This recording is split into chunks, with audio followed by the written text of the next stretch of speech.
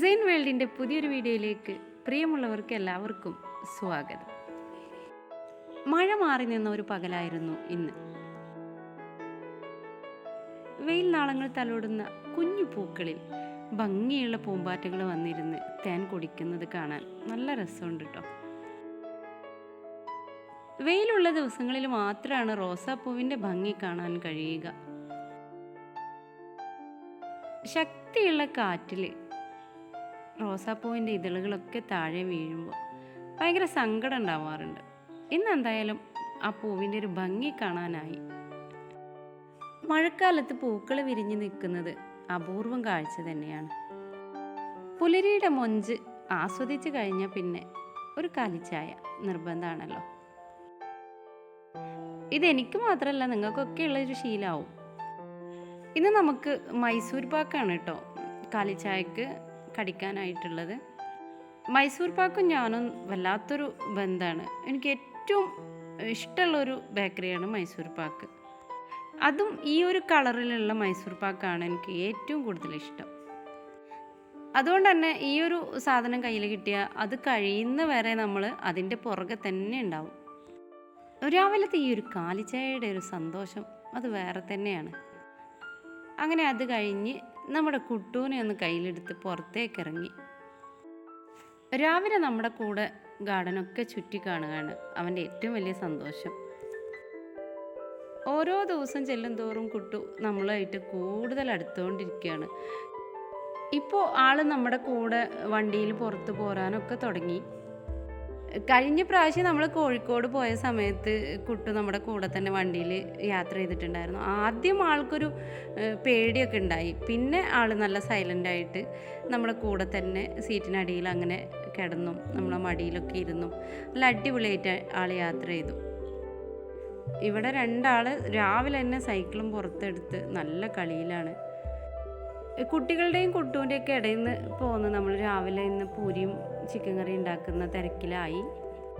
Ration കടയിൽ നിന്ന് കിട്ടിയ ഗോതമ്പ് വെച്ചിട്ടാണ് കേട്ടോ ഞാൻ പൂരി ഉണ്ടാക്കുന്നത്. ഇതിങ്ങനെ പൂരി ഉണ്ടാക്കുമ്പോൾ നല്ല ടേസ്റ്റാണ്.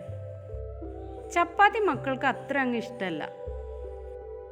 അതുകൊണ്ട് തന്നെ അത് ഞാൻ പൂരിയാക്കി അതിലേക്ക് നല്ലൊരു ചിക്കൻ കറിയും തയ്യാറാക്കുന്നുണ്ട്. തേങ്ങ വറുത്തരച്ച ചിക്കൻ കറിയാണ് കേട്ടോ. അത് നമ്മൾ നല്ല ചെറിയ ഉള്ളിയിലൊക്കെ ഒന്ന് വറവിട്ട് അടിപൊളിയാക്കി എടുത്തിട്ടുണ്ട്. ചിക്കൻ കറിയും പൂരിയൊക്കെ കഴിച്ച് അതിന് ശേഷമാണ് കേട്ടോ പിന്നെ നമ്മൾ പുറത്തിറങ്ങുന്നത്. ഈ ഒരു പൂവ് നല്ല ഭംഗിയാണ്. വയലറ്റ് കളറിൽ നന്നായി പൂത്ത് നിൽക്കുന്നുണ്ട്. പിന്നെ നമ്മുടെ നിത്യകല്യാണി, നന്ദ്യാർവട്ടം ഇങ്ങനെയൊക്കെയാണ് ഇവിടെ ഇതിന് പറയാറുള്ളത് കേട്ടോ. പിന്നെ സ്ഥിരം കാണിക്കാറുള്ള പൂക്കളിലെ ഒരു സുന്ദരി തന്നെ എന്ന് പറയാം. നമ്മുടെ യൂഫോർബിയ പൂക്കൾ നിറഞ്ഞ് മഴയത്തും ഈ ഒരു പൂക്കൾ കേടുപാടില്ലാതെ നിൽക്കുന്നുണ്ട്. പിന്നെ ഇപ്പോൾ വീടിൻ്റെ ഒരു ഭാഗത്ത് മൊത്തമായിട്ട് ഞാൻ കോളിയോസ് പ്ലാന്റ് നട്ടിട്ടുണ്ട്. പഴയ ചെടികളൊക്കെ മുറിച്ച് പുതിയ കമ്പുകളൊക്കെ ആക്കി ചെറിയ കുഞ്ഞു ബ്ലാക്ക് പോട്ടിൽ നിറയെ ഒരു ഭാഗത്ത് പല കളറുകളിലായിട്ട് ഞാൻ നട്ടു കൊടുത്തിട്ടുണ്ട്. പെട്ടെന്നൊരു ഗാർഡന് ഉണ്ടാക്കിയെടുക്കാൻ ആഗ്രഹിക്കുന്നവർക്ക് പറ്റിയൊരു ചെടിയാണ് കോളിയോസ് പ്ലാന്റ്. അത് നമ്മൾ കമ്പ് നട്ട് 2-3 ദിവസത്തിനുള്ളിൽ തന്നെ നന്നായി തളിർത്ത് നല്ല ഭംഗിയോടെ എണീറ്റ് നിൽക്കുന്ന ഒരു ചെടിയാണ് കോളിയോസ് പ്ലാന്റ്. കുറച്ച് ശ്രദ്ധ വേണമെന്ന് മാത്രമേ ഉള്ളൂ. കോളിയോസ് പ്ലാന്റ് ഒന്ന് വളർന്നു വരുന്ന സമയത്ത് നമ്മൾ അതിനെ കട്ട് ചെയ്തിട്ട് ഒരേ ലെവലിൽ നിർത്തണം. അതും ഒരു ചട്ടിയിൽ 3-4 കമ്പ് കുത്തി ചട്ടി ഫില്ലാക്കിയിട്ട് ബുഷിയാക്കി വളർത്തിയെടുക്കണം.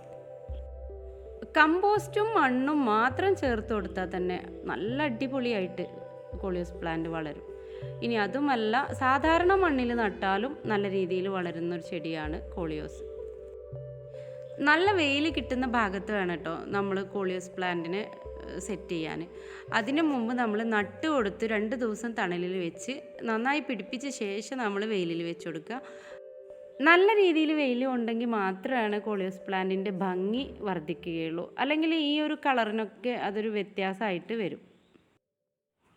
ഈ ഒരു ചെടിയിൽ പലതരം കളറുകളും പലതരം ലീഫുകളും ആയിട്ട് വളരെ ഭംഗിയാണ് ഈ ഒരു പ്ലാന്റുകളെ കാണാൻ. ഗ്രീനും പിങ്കും മെറൂണും എല്ലാ കളറുകളും മിക്സ് ചെയ്ത് ഒരു പോട്ടിൽ നട്ടു കൊടുക്കുന്ന രീതിയും നല്ല ഭംഗിയുണ്ടാവും. അതുപോലെ തന്നെ നമ്മൾ സെറ്റ് ചെയ്ത് വെക്കുന്ന സമയത്ത് ഗ്രീൻ കളറിന് തൊട്ടടുത്ത് പിങ്ക് കളറോ അല്ലെങ്കിൽ റെഡ് കളറോ ഒക്കെ ഇടകലർന്ന് നമ്മൾ വെച്ചാൽ നല്ല ഭംഗിയുള്ള കളർഫുൾ ഗാർഡനാക്കി നമുക്ക് ഈ ചെടിയെ മാറ്റാം. പിന്നീട് നമ്മൾ ഈ ചെടിക്ക് ചെയ്തു കൊടുക്കേണ്ടത് ഇതിൻ്റെ പൂക്കൾ വരുന്ന കമ്പ് വെട്ടി നമ്മളതിനെ വീണ്ടും ശിഖരങ്ങൾ ഉണ്ടാക്കിയെടുക്കുക. അങ്ങനെയൊക്കെയാണ് നമ്മൾ ഈ ചെടിയെ കൂടുതൽ ഹെൽത്തി ആക്കി മാറ്റാൻ കഴിയുക.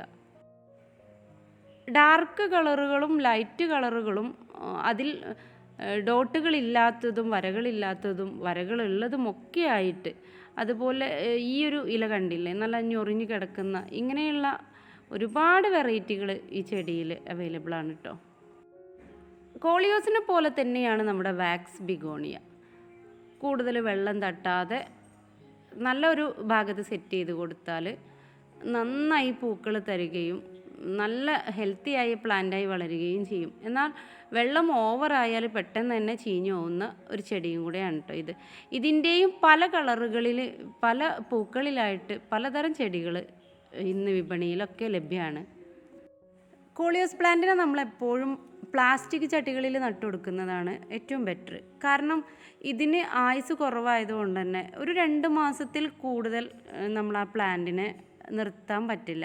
അതുകൊണ്ട് തന്നെ നമുക്ക് പ്ലാസ്റ്റിക് പോട്ടിലാണെങ്കിൽ നേരെ കമിഴ്ത്തി ആ ചെടിയെ അങ്ങ് തട്ടിക്കളഞ്ഞ് പുതിയ പോട്ടിംഗ് മിക്സ് നിറച്ച് നമുക്ക് ആ തട്ടിയ ചെടിയിൽ നിന്ന് തന്നെ അതിൻ്റെ തൂമ്പ് ഭാഗം കട്ട് ചെയ്ത് നമുക്ക് പോട്ട് നിറയെ നട്ടുകൊടുത്ത് എപ്പോഴും റീപോട്ട് ചെയ്യാൻ പറ്റുന്ന ചട്ടിയാണല്ലോ പ്ലാസ്റ്റിക് പോട്ട്, അത് യൂസ് ചെയ്യുന്നതാവും ഏറ്റവും ബെറ്റർ. നട്ടു കൊടുത്തതിന് ശേഷം ചെടിക്ക് കൂടുതൽ വളപ്രയോഗമൊന്നും ആവശ്യമില്ല. സാധാരണ കുറച്ച് ചാണകപ്പൊടി നമ്മൾ നടുന്ന സമയത്ത് ചേർത്ത് കഴിഞ്ഞാൽ പിന്നെ ആ ഒരു പ്ലാന്റ് ഹെൽത്തിയായി വളരാൻ അത് തന്നെ ധാരാളമാണ്. മുറ്റത്തിൻ്റെ വെയിൽ കൊള്ളുന്ന ഒരു ഭാഗത്ത് നമുക്ക് ഇതുപോലെ ഒരേപോലത്തെ ചട്ടിയിൽ കോളിയോസ് പ്ലാന്റ് നട്ടു കൊടുക്കാം. ഈ ഒരു കോളിയോസ് പ്ലാന്റ് നല്ല ഭംഗിയുള്ള കളറാണ് കേട്ടോ. വെയിൽ കൊള്ളുന്നതിനനുസരിച്ച് ഇതിൻ്റെ കളറ് നന്നായി ഡാർക്കായിട്ട് വരും. അങ്ങനെ ഇന്നത്തെ കോളിയോസ് പ്ലാന്റിനെ കുറിച്ചുള്ള വീഡിയോ നിങ്ങൾക്ക് എല്ലാവർക്കും ഇഷ്ടമായിട്ടുണ്ടാവും എന്നാണ് എൻ്റെ വിശ്വാസം. ഇഷ്ടമായാൽ നിങ്ങൾ എൻ്റെ വീഡിയോ ലൈക്ക് ചെയ്യുക, അതുപോലെ തന്നെ നിങ്ങളുടെ കൂട്ടുകാർക്കൊക്കെ ഒന്ന് ഷെയർ ചെയ്ത് കൊടുക്കുക. ഇനി ഓൺലൈനായിട്ട് നിങ്ങൾക്ക് പ്ലാന്റുകൾ ആവശ്യമുണ്ടെങ്കിൽ സ്ക്രീനിൽ കാണുന്ന ഈ ഒരു നമ്പറിൽ വാട്സപ്പ് മുഖേന നമ്മളോട് കോൺടാക്റ്റ് ചെയ്യുക.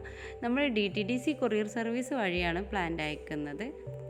മിനിമം 2 ഡേയ്സിനുള്ളിൽ ഹെൽത്തി ആയിട്ട് തന്നെ ആ പ്ലാന്റ് നിങ്ങളുടെ കയ്യിലെത്തും. പ്ലാന്റിനെ കുറിച്ചുള്ള എല്ലാ ഡീറ്റെയിൽസും വാട്സപ്പ് മുഖേന നമ്മൾ അറിയിക്കുന്നതാണ്. എല്ലാവർക്കും നന്ദി, നമസ്കാരം.